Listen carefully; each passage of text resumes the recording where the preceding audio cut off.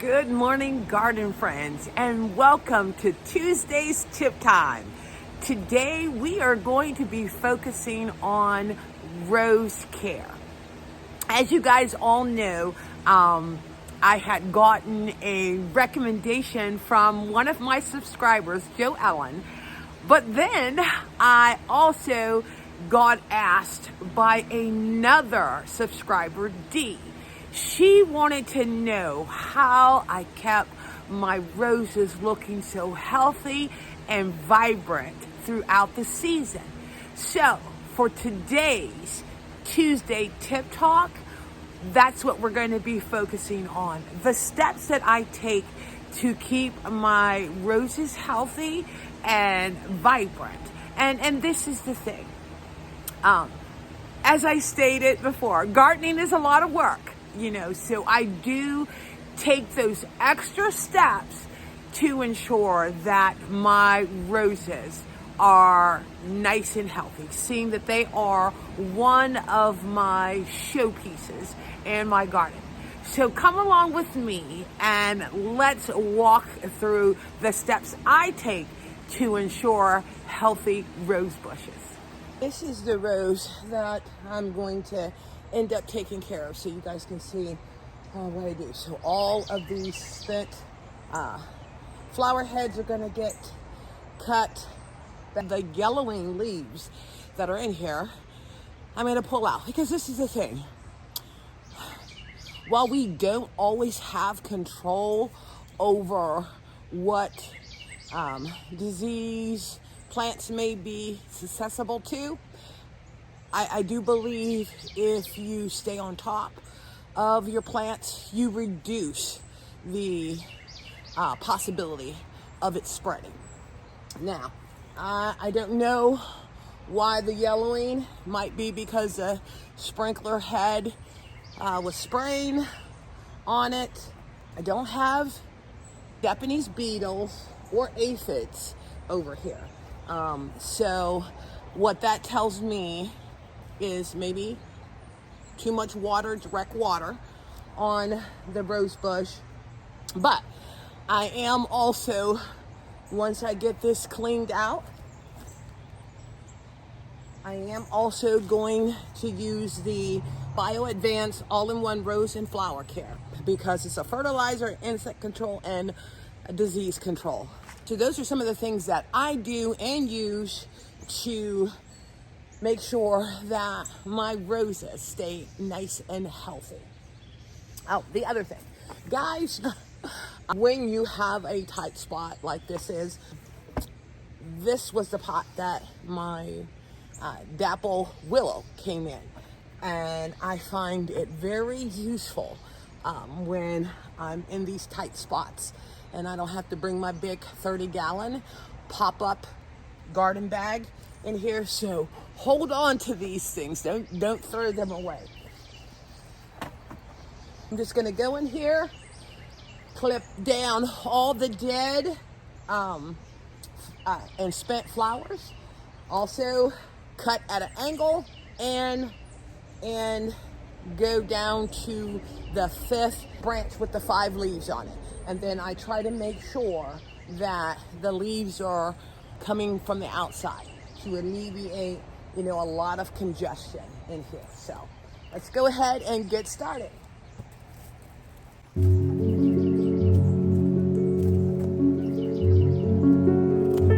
And this is the thing too.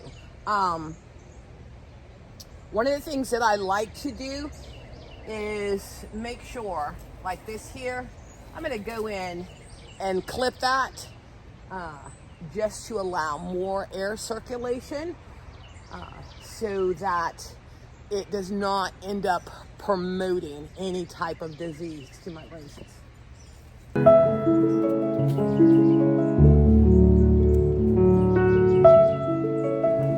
And then if I see that there are only a few of the leaves that are yellow, I do go in and manually take those out, because I just like that nice, neat look.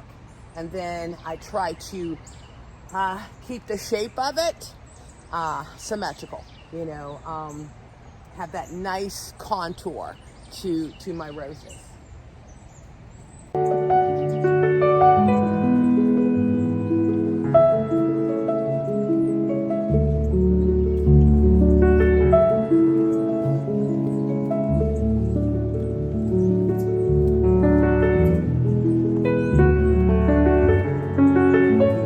And then the other thing too is defoliating your leaves, because what that'll do is that will encourage new growth to come on, and then it's not allowing disease to set in.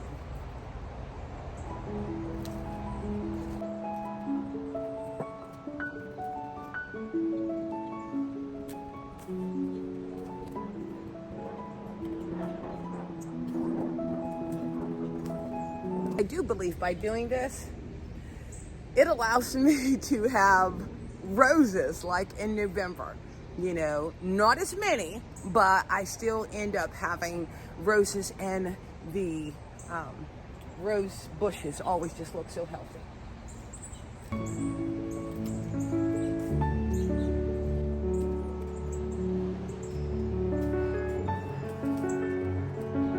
And while it may be time consuming, you know, to do this,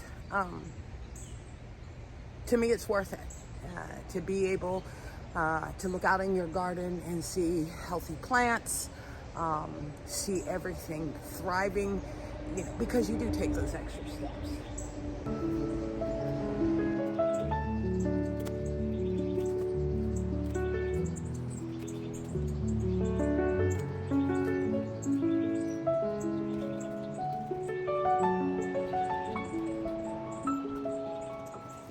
All right, guys, you know how I do.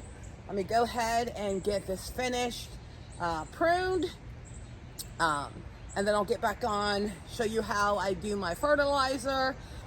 Hopefully, you know, you have gained some additional insight on how to keep your roses nice and healthy and vibrant. All right, so the rose is all cleaned up, the dead items off of it. I thinned out the center area, but the other thing that you have to do, because as you can see, some of the leaves have dropped, the petals too. So I'm gonna get that cleaned up before I put my rose and flower care food on. So let me go ahead and get that done, get this cleaned up, and feed it and water it. All right, well, I've gotten it all cleaned out from underneath here. I mean, you're not gonna get everything, but you also use this time to get any weeds that is growing up in your bed. So now let me go ahead and put my rose and flower care on. Now, once you sprinkle the rose flower care, you want to work it into the soil. And I actually did it on the outskirts of the rose, where the rose extends, to make sure you get the root system. So let me go ahead and get this mixed in, and then I'll water it. And then, as you guys know, I'm changing up my mulch, so I'm gonna go ahead and get this guy mulched up. All right, guys, I'm done feeding and mulching my knockout rose, and it is just looking really good. All right, garden friends, I hope you enjoyed August Tuesday tip time and learning how I end up keeping my roses healthy and vibrant. Like I said, these are the steps that I take to ensure the health of my roses, and it all starts with making sure you stay on top of your garden.